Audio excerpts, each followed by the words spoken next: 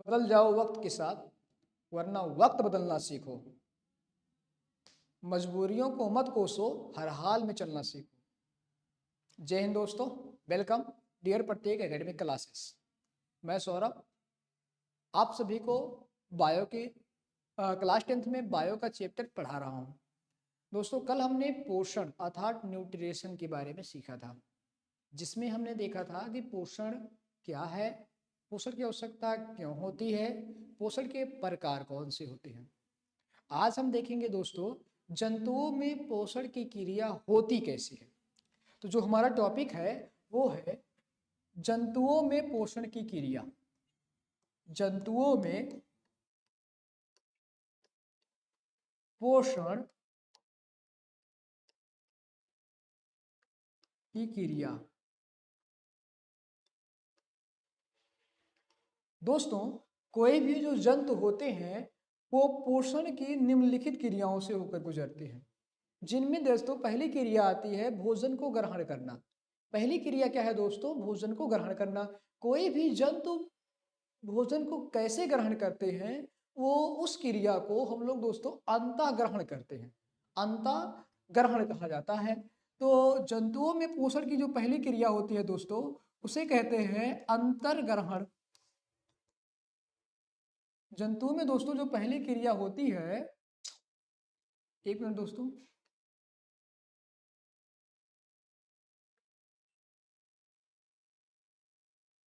जंतुओं में दोस्तों जो पहली क्रिया होती है उसे कहते हैं अंतर्ग्रहण।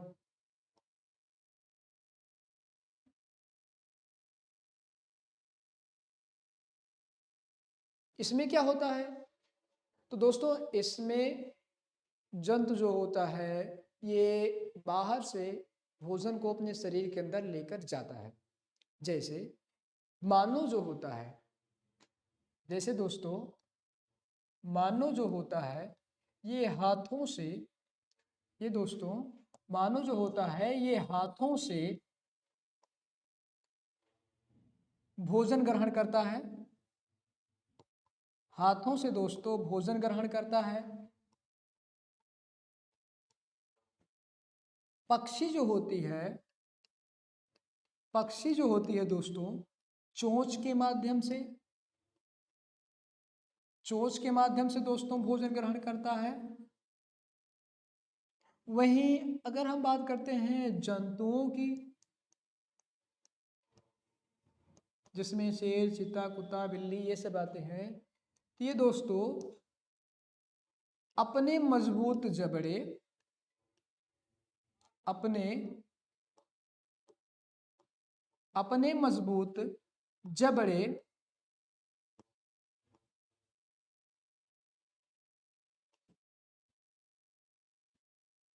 या जीभ से, किससे दोस्तों? जीभ से, अपने मजबूत जबड़े या जीभ से भोजन ग्रहण करते हैं। तो जो भी प्रक्रिया हो, भोजन ग्रहण करने की जो भी प्रक्रिया जैसे भी करते हो, वो प्रक्रिया दोस्तों क्या कहलाता है? अंतःग्रहण। और जंतुओं में पोषण की क्रिया का पहला चरण होता है। इसके बाद जो दूसरा चरण होता है वह होता है पाचन। दूसरा चरण क्या होता है दोस्तों? पाचन। अब बात आती है पाचन क्या है। तो दोस्तों जब हम भोजन को ग्रहण कर लेते हैं तो हमारे शरीर में भोजन को छोटे छोटे कणों में बदला जाता है, और इसका इस तरह के कार्य हमारे शरीर के विभिन्न अंग मिलकर करते हैं। तो उसी प्रक्रिया को ही दोस्तों पाचन कहा जाता है। यदि हम पाचन की परिभाषा लिखना चाहते हैं तो ये होता है दोस्तों कि जटिल कार्बनिक, जटिल जटिल कार्बनिक या अघुलनशील, जटिल कार्बनिक या अघुलनशील, जटिल कार्बनिक या अघुलनशील पदार्थों को, जटिल कार्बनिक या अघुलनशील पदार्थों को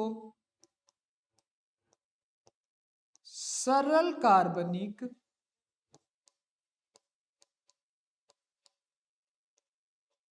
या घुलनशील, सरल कार्बनिक या घुलनशील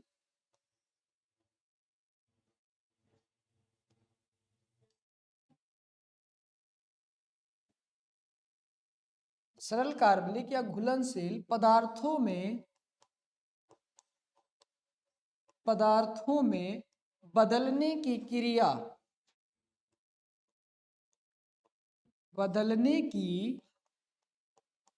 क्रिया दोस्तों पाचन कहलाता है। पाचन कहलाता है। जैसे मान लेते हैं हमने दोस्तों रोटी खाई। अब रोटी ध्यान रखिएगा, देखेंगे तो ये काफ़ी जटिल है। जब उसे हमने मुख में तोड़ा तो उसे दांतों से छोटे छोटे टुकड़ों में तोड़ा, फिर वो पेट अमाशय में गई, अमाशय में एंजाइम ने उसका पाचन किया। ठीक है, ऐसे पाचन कर मतलब अमाशय में पाचन हुआ, ग्राही में पाचन हुआ, फिर बड़ी आंत छोटी आंत में पाचन हुआ। तो ये पाचन की प्रक्रिया ही, ध्यान रखिएगा, भोजन को छोटे छोटे अणुओं में बदलने की क्रिया ही पाचन कहलाता है। तो उस क्रिया में जो जटिल कार्बनिक होते हैं, जो अघुलनशील होता है, उसे हम सरल कार्बनिक या घुलनशील पदार्थों में बदलने की कोशिश करते हैं। तो दोस्तों ये पाचन कहलाता है। और पाचन में ध्यान रखिएगा कुछ विशेष प्रकार के अंग भाग लेते हैं। अब हम उदाहरण के रूप में मानव पाचन तंत्र को समझेंगे। तो आइए देखते हैं मानव पाचन तंत्र क्या होता है। तो अगले जो हमारी हेडिंग होगी वो है मानव पाचन तंत्र। मानव पाचन तंत्र क्या देखिएगा, बात आता है पाचन तंत्र क्या होता है। तो पाचन तंत्र पाचन अंगों के समूह को कहते हैं। हम यहां लिख सकते हैं पाचन अंगों के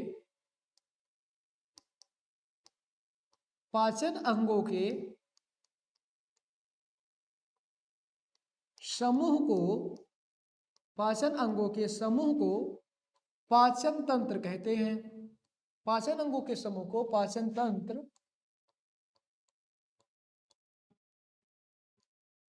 कहते हैं। पाचन अंगों के समूह को दोस्तों पाचन तंत्र कहते हैं। यदि हम मानव पाचन तंत्र की बात करते हैं, किसकी दोस्तों, मानव पाचन तंत्र की बात करते हैं, तो मानव पाचन तंत्र के अंग दोस्तों, मानव पाचन तंत्र के अंग निम्न है। कौन कौन से होते हैं, तो जिसमें पहला आपका आता है, जहां आप भोजन को लेकर जाते हो हाथ से, वो होता है मुख्य गुहा। दूसरा जो है वो कहलाता है ग्रसिका, जहां केवल भोजन एक नली से होकर जाती है, अमाशय में पहुंचती है। तीसरा जो है वो है हमारा अमाशय, जिसे हम लोग स्टोमच या पेट के नाम से जानते हैं। वो है अमाशय, जहां भोजन 2 या 3 घंटे स्टोर रहता है। इसके बाद इसी अमाशय के बाद में अगला जो अंग आता है वो है ग्राहड़ी। अगला जो हमारा पाचन अंग है वो है ग्राहड़ी। ग्राहड़ी के बाद दोस्तों हमारी छोटी आंत,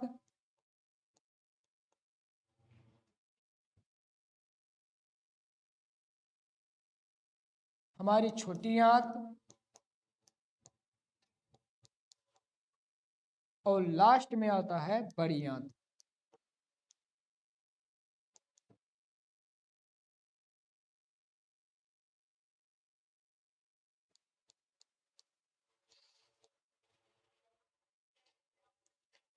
और दोस्तों बड़ी आंत का जो अंतिम भाग होता है उसको भी हम लोग जोड़ लेते हैं, वो होता है मलाशय।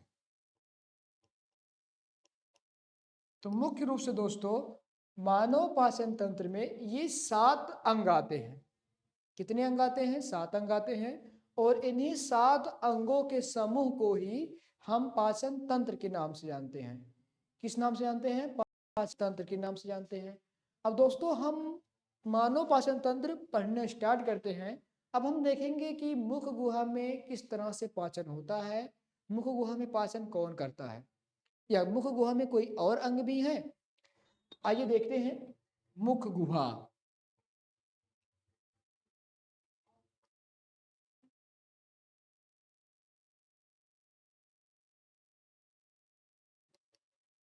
यदि दोस्तों हम मुख गुहा की बात करते हैं तो मुख गुहा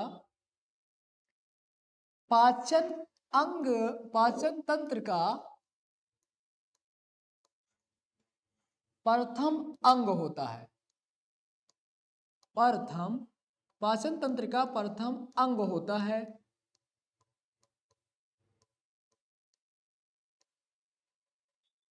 जिसमें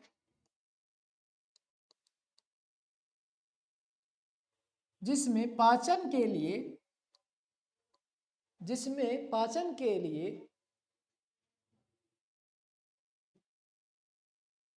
सहायक अंग होते हैं।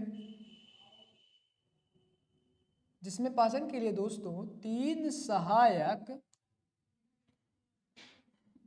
अंग होते हैं।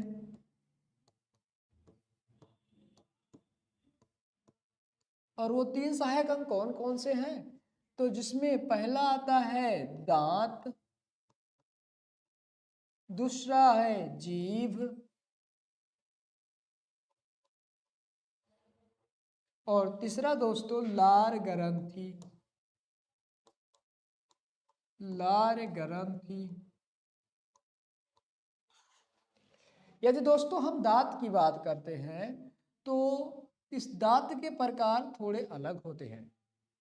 यदि दोस्तों हम बच्चों में बात करते हैं, जो छोटे बच्चे होते हैं उनके दांतों की संख्या 28 होती है। और जो वयस्क हो जाते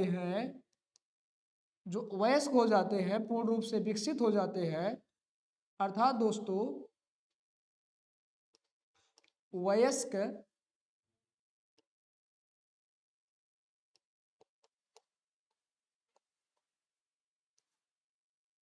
वयस्क मानव में जो दांतों की संख्या होती है वो होती है 32।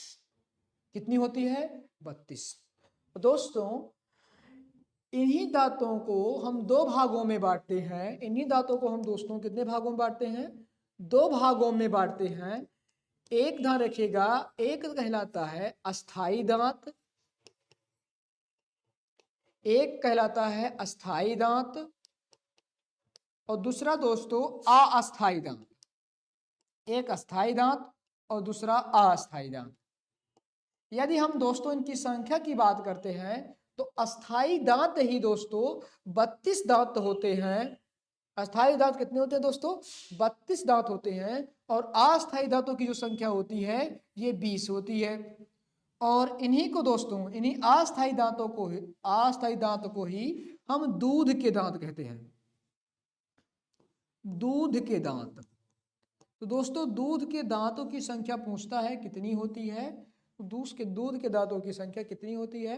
तो दूध के दांतों की संख्या दोस्तों 20 होती है। और यदि हम दांतों की प्रकार की बात करते हैं, यहीं पर हम देख लेते हैं दोस्तों दांतों के प्रकार। यदि हम दोस्तों दांतों की प्रकार की बात करते हैं तो जो दांत हमारे अंदर हैं, मुख के अंदर हैं, वो मुख्य रूप से 4 प्रकार के होते हैं। कितने प्रकार के दोस्तों? 4 प्रकार के। कौन कौन से? तो पहला आता है कृंतक। आगे के जो 4 दांत दिखते हैं दोस्तों इसे कहते हैं कृंतक। ये बेसिकली रूप से भोजन को छोटे छोटे कणों में काटते हैं। जैसे आपने कोई चीज लिया, कट से मुंह से काट लिए, रोटी लिया मुंह से तोड़ लिए, सेब लिया आगे से इसे खाते हो ना, ऐसे कर कर। ठीक है, तो वास्तव में कृंतक जो होता है ये भोजन को काटने का काम करता है। इनकी जो संख्या होती है ये 2 जोड़ी होते हैं। इनकी जो दोस्तों एक जबड़े में संख्या जो होती है ये 2 जोड़ी के रूप में होती है। और यदि हम दोनों जबड़े मिला देते हैं, दोनों जबड़े अगर हम मिला देते हैं, एक जोड़ी मतलब दोस्तों 4 दांत, एक जबड़े में 4 दांत, और दोनों जबड़े अगर हम ले लेते हैं तो टोटल दोस्तों 8 दांत हो जाता है। टोटल कितना?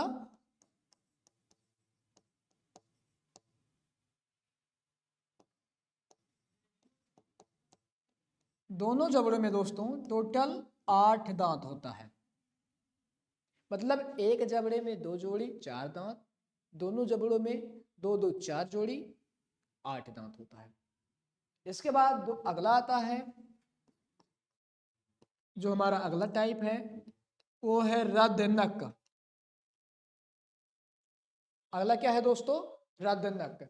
रदनक का हमारे अंदर रदनक की जो संख्या होती है दोस्तों वो एक जोड़ी होती है।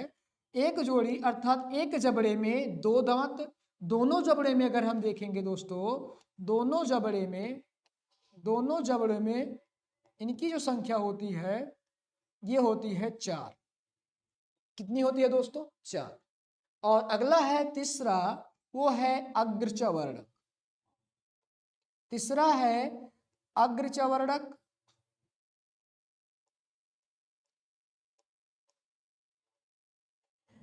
अग्रचवर्णक जो होते हैं दोस्तों इनकी भी संख्या 2 जोड़ी, इनकी संख्या 2 जोड़ी, एक जबड़े में 4 दांत, दोनों जबड़े में अगर देखा जाएगा तो दोनों जबड़े में दोस्तों 8 दांत।